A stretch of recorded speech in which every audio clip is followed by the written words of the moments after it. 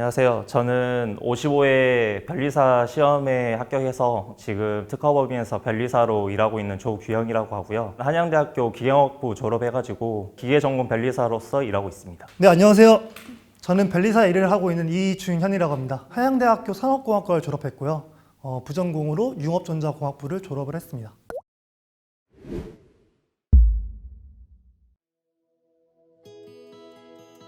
네, 변리사는 무형재산의 최전선에 있는 사람으로서 변호사가 사람의 권리를 보호한다고 하면은 저희 변리사는 물건의 권리를 보호하고 있습니다. 상표에 화체된 신용, 디자인에 이렇게 가미된 심미관 같은 그런 지식재산 전반적인 부분에 대해서 지식재산권을 권리화시켜주고 그리고 나중에 추후 분쟁이 생겼을 때 그거에 대해서 대리해주는 업무를 하고 있습니다. 저희 아버지는 저에게 한 번도 공부를 하라고 했던 적도 없었고 항상 본인이 먼저 성실하게 행동하시고 그게 몸에 배었던 분이셨습니다. 누군가에게 성실함을 강요하지 않지만 몸소 성실함을 실천하셨던 분이셨기에 제가 정말 많이 존경하고 많이 배울 수 있었던 분이라고 생각을 합니다. 저희 어머니께서는 굉장히 솔직하고 공감을 많이 해주시는 분이었어요. 제가 힘든 일이 있을 때 그거를 자신의 경험과 빗대어서 제가 그 공감하고 있다는 걸 진심으로 느낄 수 있게끔 정말 진심으로 저를 공감해 주시고 저를 독려해 주셨습니다. 먼저 저희 아버지는 자식을 키우는 데 있어서 엄청 도전적이셨거든요. 제가 중학교 2학년 때 그때 첫 해외를 나간 게 미국에 계신 큰아빠한테 갔던 거였어요. 그 당시에도 아버지는 엄청 덤덤하게 동생을 갔다 와라. 그래서 이제 중2 나이 때 혼자서 해외를 간 게 그게 처음인데 비행기 14시간을 타고 거기서 이제 뉴욕에서 필라델피아까지 알아서 가면서 그렇게 큰아빠를 찾아갔었거든요. 그 정도로 아빠는 엄청 그렇게 도전, 경험 같은 걸 중시하셔서 어떻게 보면은 이상적으로 저희를 키우시려고 하셨어요. 어머니는 정말 항상 묵묵하게 응원해 주셨던 존재였던 것 같아요. 고등학교 졸업하고 변리사 공부할 때까지 한 번도 공부해라라는 말을 하지 않으셨어요.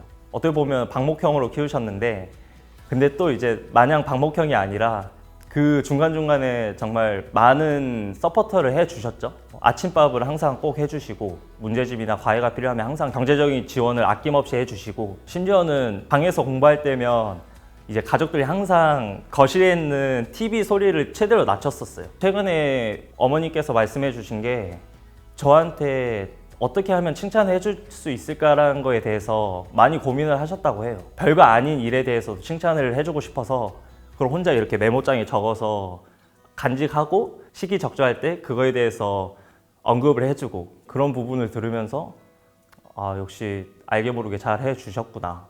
저희 부모님은 저한테 항상 도전하는 거를 중요하게 말씀을 하셨습니다.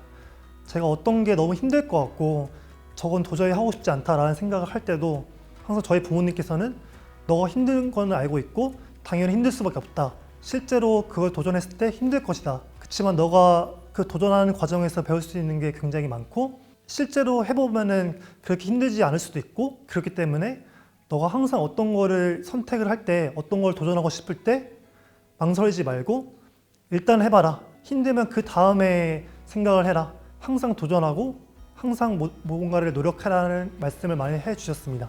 초등학교 때 이제 뭐 누구나 학교 숙제로 가온 같은 걸 적어오라고 하잖아요. 그때 가온을 부모님한테 여쭤봤을 때 남을 배려하며 살자였어요.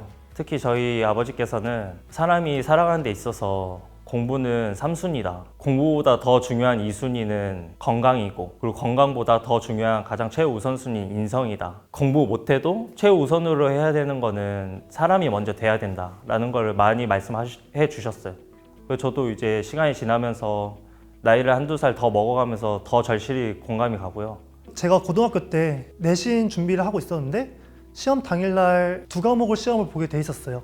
하나가 국사였고 하나가 영어였습니다. 태어나서 거의 처음으로 잘 봤다고 든 생각이 국사 시험이었는데 영어를 잘 못 봤습니다. 영어를 잘 못 보고 국사만 잘 봤다고 이제 말씀을 드렸는데 저희 어머니께서는 영어에 대해서는 한마디도 하지 않으시고 국사 그렇게 잘 봤냐? 너도 하면 된다. 사실 저는 인정받고 싶었어요. 제가 국사를 정말 열심히 했었고 시험을 잘 본 것에 대해서 저는 정말 뿌듯했었는데 저희 어머니는 그걸 인정을 해주시고 그거에 너무나 행복하시는 모습을 보고 정말 너무 기쁘다는 생각을 했었고 그게 저한테 기억에 가장 많이 남는 것 같습니다. 제가 이제 대학 합격했을 때 그 당시에 어머니께서 그 목욕을 하고 계셨거든요. 이제 제가 남들보다 빠르게 수시로 합격을 했던, 예상치 못하게 빠르게 합격을 했던 상황이었어요. 제가 합격 발표를 인터넷에서 보고 그 당시에 집에 있던 어머님한테 말씀드렸더니 그때 세신을 하다가 말고 얼른 닦고 나와서 막 이렇게 엄청 좋아하셨던 그 기억이 있어요. 그때 저도 잊을 수 없는 순간이기도 했고요. 저한테 책을 읽으라고 말씀을 한 번도 하지는 않으셨지만 본인은 책을 굉장히 좋아하셨습니다. 항상 여러 가지 분야의 책을 읽으셨는데 도대체 어떤 재미가 있길래 책을 읽는 걸까? 라는 호기심이 많이 생겼던 것 같습니다. 그러면서 점차 저도 부모님께서 읽던 책을 읽게 되었고 그 과정에서 흥미를 많이 느꼈던 것 같아요. 그 책에 대한 거부감이 많이 없어지고 책을 좀 더 보게 되고 그 책으로부터 얻게 되는 교훈도 굉장히 많아지는 시기였던 것 같습니다. 제 자신한테 자랑스러울 수 있을 정도로 책을 많이 읽게 된 계기가 된 것 같습니다. 저는 예전에 발표를 굉장히 못했어요. 아무리 남들 앞에 서서 얘기를 한다는 게 머릿속이 하얘지고 정말 너무나도 저에게 힘든 시간이었습니다. 저는 이제 이거를 너무나 극복을 하고 싶었기 때문에 어떤 발표할 상황이 있거나 이제 남들 앞에서 얘기를 해야 되는 순간을 많이 만들었습니다. 저 혼자 굉장히 많은 노력을 했어요. 대본을 제가 직접 만든 후에 30분에서 많게는 5시간까지 그거를 계속해서 끊임없이 암기를 하고 남들 앞에서 어떤 제스처를 취하고 어떤 말을 할지를 그리고 남들 앞에서 어떻게 보일지를 끊임없이 생각을 했습니다. 처음이나 두 번째 발표를 남들 앞에서 발표를 하는데 정말 못했어요. 암기를 그렇게 많이 했는데도 계속해서 떨었고 계속해서 긴장이 많이 됐습니다. 그렇지만 저는 일단은 완성을 했습니다.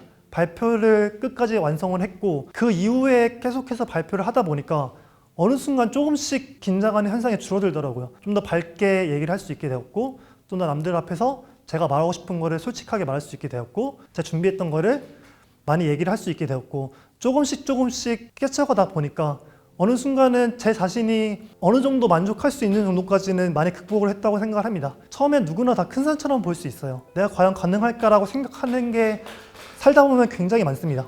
하지만 이런 것도 하나하나 차근차근 부딪혀보고 자신에 대해서 알아가고 내가 어떻게 할지를 준비를 해가고 극복을 하려고 노력을 하다 보면 어느 순간은 조금씩 달라지고 자신을 좀 더 멋있게 생각할 수 있는 그런 사람이 될 수 있다고 생각을 합니다. 저한테 여러 가지의 접할 환경을 많이 만들어 주셨어요. 축구학원을 다니게 했었고 피아노를 배우게 했었고 바둑을 배우게 했었고 수영을 배우게 했었고 미술도 그리게 하셨고 한자 공부도 시키시고 정말 많은 것을 저한테 배울 수 있게끔 만들어 주셨습니다. 하지만 제가 생각했을 때 그런 과정에서 제가 얻은 것은 그 하나하나의 지식이 아니라 제가 어떤 거를 잘할 수 있는지를 자신감을 가지게 해줬던 계기가 됐다고 생각을 해요. 저는 지금도 한자를 못합니다. 미술도 지금도 못하고 제가 어렸을 때 배웠던 대부분을 아직도 잘 못하고 있는데 제가 거기서 잘하는 게 그냥 한두 가지가 있었습니다. 축구에 자신감이 생겼고 수영에 자신감이 생겼습니다. 부모님께서는 저한테 10가지 기회를 주시고 그 중에서 제가 잘할 수 있는 걸 한두 가지를 찾게 해주셨습니다. 제가 만약에 그 중에서 3가지, 4가지 경험을 했다. 미술만 배우고 한자만 공부했다 하면은 전 제가 잘하는 게 뭔지도 몰랐을 거고 자신감도 많이 잃었을 거라고 생각을 합니다. 하지만 부모님께서는 제가 여러 분야에서 도전할 수 있는 기회를 주셨고 최대한 많이 자신감을 기를 수 있는 기회를 주셨다고 생각을 합니다.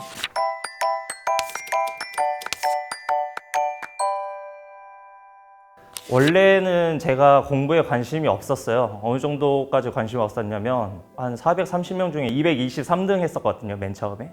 그 다음에는 한 212등? 그러니까 한 반타작 정도 했었어요. 그 당시에 엄청 좋아했던 친구가 있었어요. 그러니까 제 중학교 1학년 첫 짝꿍이자 제 눈에는 정말 전지현 같은 친구였는데 알고 보니 공부도 엄청 잘한 거예요. 그래도 적어도 이제 좋아하는 입장이면 이 정도 수준을 맞춰야겠다라고 그냥 막연하게 생각하면서 공부를 시작했어요. 그래도 적어도 3, 4주 전부터는 하루에 1시간씩 공부하자. 그렇게 1시간씩 공부하다 보니까 성적이 안 했다가 하니까 성적이 엄청 기하급수적으로 오르는 거예요. 그때 430명 중에 105등을 했었거든요. 그래서 저는 이제 너무 기뻐가지고 부모님한테 보여드렸어요. 어머님이 그거에 대해서 엄청나게 좋아하시는 거예요. 제가 거기에서 좀 아직까지 기억할 정도로 크게 감명을 받았던 것 같아요. 그게 원동력이라면 원동력이 됐던 것 같아요. 저는 원래 공부를 잘하는 편이 아니었어요. 이제 전교생이 한 300명 정도 있다고 하면은 저는 한 200등 정도 했던 걸로 기억을 합니다. 공부를 잘해야 되는 필요를 느끼고 있었는데 이제 공부를 하려고 책상에 앉으면은 30분도 집중하기가 힘든 거예요. 사실 공부를 해야겠다는 생각이 있는데 공부 안 되면 스트레스가 정말 어마무시하거든요. 부모님께 하소연도 많이 했습니다. 근데 그 순간에 부모님께서는 너가 이 시간에도 공부를 해야 된다라고 말씀을 하시지 않으시고 오히려 저한테 책을 주셨어요. 고승덕님의 포기하지 않은 불가능은 없다라는 책과 홍정욱님의 7막 7장이라는 책이었습니다. 이상하게 그 책을 보니까 공부가 너무 하고 싶은 거예요. 그분들이 너무 멋있어 보였고 나도 저분들처럼 되고 싶다는 생각을 굉장히 많이 했었습니다. 그래서 이제 공부를 하는데 공부하다가 또 집중이 안 되는 순간이 와요. 30분에서 50분 정도 공부를 하다 보면은 또 공부 집중이 안 됐습니다. 근데 그때 이제 그 사람들은 어떻게 이겨내는지 그 사람들처럼 되고 싶은데 어떻게 하면 좋을지를 생각을 해보니까 이 상태로 공부하는 거였어요. 그래서 저는 그때부터 버티기로 했습니다.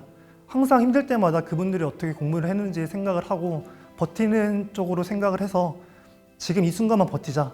어차피 내가 3년 정도만 더 공부하면 이제 공부를 그만할 수도 있는데 3년만 정말 죽어라 해보자라고 생각을 하고 공부를 계속하게 되었습니다. 공부와 관련해서 구체적으로 자신을 알아가는 것이 중요하다고 생각을 합니다. 뭐 그런 소리를 많이들 듣잖아요. 너가 3년 후에 성공한 모습을 생각을 해봐라. 솔직히 말하면 저는 저한테 와닿지는 않았습니다. 그 말이. 왜냐하면 3년 후에 제 모습이 상상이 되지 않았거든요. 저한테 동기부여가 되는 게 몇 가지가 있었습니다. 공부를 열심히 한 사람들의 스토리 책을 보면서 나도 저 사람처럼 멋있게 살고 싶다는 생각이 저한테는 정말로 큰 동기부여가 됐습니다. 사실 이런 거 말고도 굉장히 사소한 건 굉장히 많다고 생각을 해요. 제가 반에서 30등을 하다가 공부를 조금 했더니 25등까지 올라가고 20등이 올라가면서 점차 조금씩 성적이 나아지는 모습을 보면서 이제 주변 사람들도 그거를 인정해주기 시작하고 또 저희 부모님이 특히 너무나 기뻐하셨거든요. 이제 그런 걸 보면서 이제 30분 동안 공부하고 힘들 때 다시 그런 생각을 하면서 아 지금보다 더 성적이 좋아지면은 더 주변 사람들을 행복하게 할 수도 있겠고 나 자신도 좀 더 멋있는 사람이 되겠구나 라는 생각을 했습니다. 그래서 좀 더 멋있는 사람이 되고 싶다는 게 저한테 큰 동기였고 그 동기를 기회로 삼아서 저한테 공부를 할 수 있는 원동력이 되었던 것 같습니다. 시간과 노력을 투자하더라도 방향이 잘못되면 그건 결코 효율적인 공부가 아니거든요. 그러니까 한정된 시간이랑 노력 속에서 얼마나 효율적으로 공부하느냐도 중요한데 그래서 저는 이제 고등학생 때는 주변에 그 공부 잘하는 친구들이 어떻게 공부하고 뭘로 공부하고 또는 제가 이제 모르는 부분이나 궁금한 게 생겼을 때 그 친구들한테 가서 많이 물어봤어요. 그 속에서 제 스스로 이제 부족한 부분에 대해서 많이 성찰을 했었기 때문에 그랬었고 변리사 수험 공부할 때는 친구들의 논리도 들어보고 다른 친구도 어떻게 외웠는지에 대해서도 한번 물어보고 그런 작업을 많이 했었어요. 그래서 그런 측면에서 피드백은 정말 중요하다고 생각해요. 자신이 어떤 점에서 공부를 잘할 수 있는지를 아는 게 중요하다고 생각을 해요. 곰곰이 생각을 해보니까 저는 짜투리 시간에 굉장히 공부가 잘 됐던 것 같아요. 뭐 오고 가며 이동할 때, 밥 먹을 때, 또 버스 안에서 이제 학원 가는 길에 버스를 탈 때 그 짧은 순간만 공부하면 된다는 안도감도 있었던 것 같고 그래서 한 번은 야자 시간에 야자 공부를 하다가 너무 공부가 안 되는 거예요. 그래서 무작정 버스 정류장을 가서 버스를 탔습니다. 그래서 거기 종착지까지 계속 버스 안에서만 공부를 했어요. 그 다시 돌아올 때도 그 똑같은 버스를 타고 버스 안에서 공부를 했습니다. 그렇게 한 1시간 넘게 공부를 했었는데 저는 그런 이제 버스 안에서의 소음이나 이런 게 저한테 잘 맞았는지 공부가 굉장히 잘 되는 느낌이었습니다. 저는 이제 그런 거를 장치라고 생각을 합니다. 공부를 하는 데 있어서 단순히 정말 의지만으로 할 수 있으면 너무 좋겠죠. 하지만 그렇게 하기 힘든 게 대부분의 사람들이고 저 또한 그랬습니다. 그나마 효율적으로 공부를 할 수 있는 방법을 생각을 하기 위해서 제 자신에 대해서 항상 알려고 했던 것 같아요. 나는 언제 어떤 기분으로 공부를 하고 언제 공부가 잘 되며 어떤 장소에서 어떤 걸 하고 있을 때 공부가 잘 되는지 중간중간 휴식을 하는 게 정말 중요하다고 생각하거든요. 저는 약간 좀 극단적으로 했는데 좀 공부를 하다가 그날 아닌 것 같으면 바로 이렇게 닫고 짐 챙겨서 나왔단 말이에요. 그러니까 극단적으로 할 수 있었던 이유가 저는 그만큼 목표의식이 뚜렷했기 때문에 이렇게 하더라도 다음날 열심히 할 자신이 있어서 그렇게 했던 거고 이 정도까지는 아니더라도 중간중간 자기한테 과부하가 온다고 느꼈을 때 쉬어주는 타이밍이 꼭 필요하다고 생각을 해요. 습관이라기보다는 제 가치관으로 생각했던 부분이기도 하고 그리고 이제 두 번째로는 끊임없이 제 스스로 생각을 많이 했던 것 같아요. 공부를 하면서도 그 다음 공부를 뭘 해야 될지 생각을 하고 자기 전에 내일 일어나면 어떤 공부를 하지? 라는 생각을 하고 일주일을 되돌아보면서 내가 어떤 공부를 했지? 이걸 했으니까 다음 주에는 어떤 공부를 해야 될까? 라는 거를 끊임없이 제 스스로 생각을 많이 했었거든요. 이렇게 억지로라도 안 되면 플래너나 이렇게 메모 적으면서 하는 것도 좋은 것 같고요. 아니면 이렇게 되신다면 끊임없이 이제 지금 하고 있는 공부 또는 앞으로 해야 될 공부에 대해서 끊임없이 생각하는 이 과정이 정말 중요한 것 같아요. 한 번도 저에게 공부를 열심히 하라고 말한 적이 거의 없습니다. 저희 부모님께서는 항상 너가 하고 싶은 대로 하라라는 주의였고, 다만 저희 부모님께서 노력하셨던 거는 제가 스스로 깨우칠 수 있게끔 많은 환경을 조성해 주셨습니다. 예를 들어서 책을 정말 많이 사주셨어요.